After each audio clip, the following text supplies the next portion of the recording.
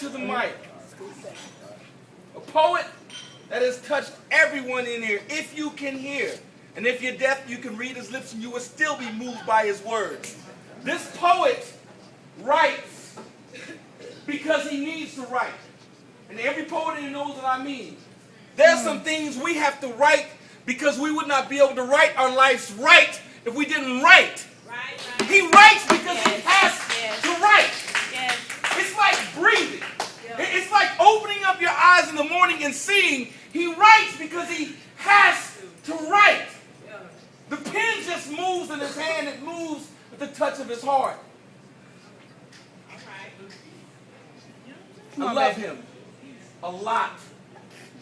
I love him so much. I pray for him a lot. I pray for him so much. I want him to find the best for him. And I'm proud that he's continuing to step out on his journey.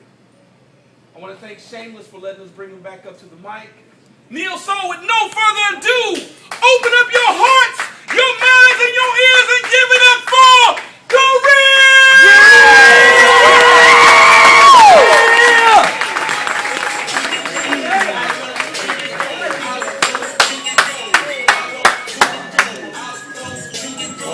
Proper song? Woo! Let's go, baby! I ain't been like spitting that much lately, so I'm kind of nervous. I've been kind of nervous. That's good. But I don't know a poem to leave y'all with. Do your poem about your dad. Your Aunt Shelley. Alright, so Shelley. I got like 5 CDs if y'all want one.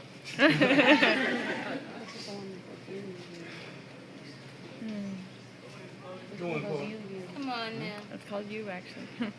Do you?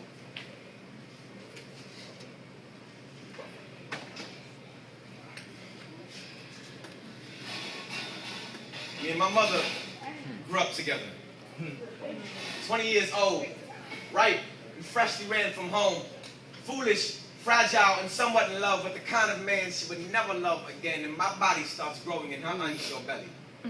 July 13th, 1989, 10:32 a.m. I started. We raised each other best we could.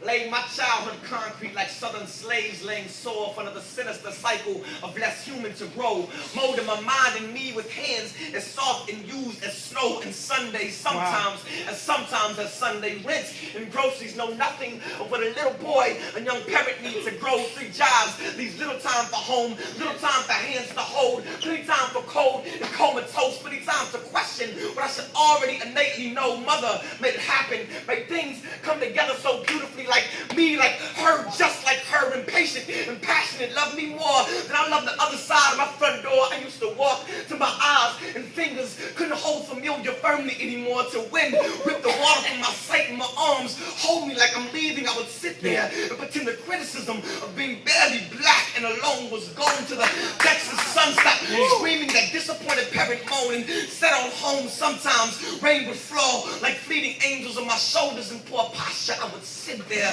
slumped back, soaked in such a void in which everything was gone. Wish the circumstances of standing, the conditions of sacrifice, the weight of watching would leave with as much ease as unity in the blackest parts of the city. Wish the world would walk away as freely as tears and my father understanding that I would never understand, nagging like summer, sizzling the back of my neck like humid, holding the kinks tightly in my mane like change, wrestling with what will always remain the same, frustrated as a sack of severed fingers, trying foolishly to make a fist worth fighting with myself like a heart trapped in handcuffs. I should have known that I would never know. Should have stopped running a long time ago.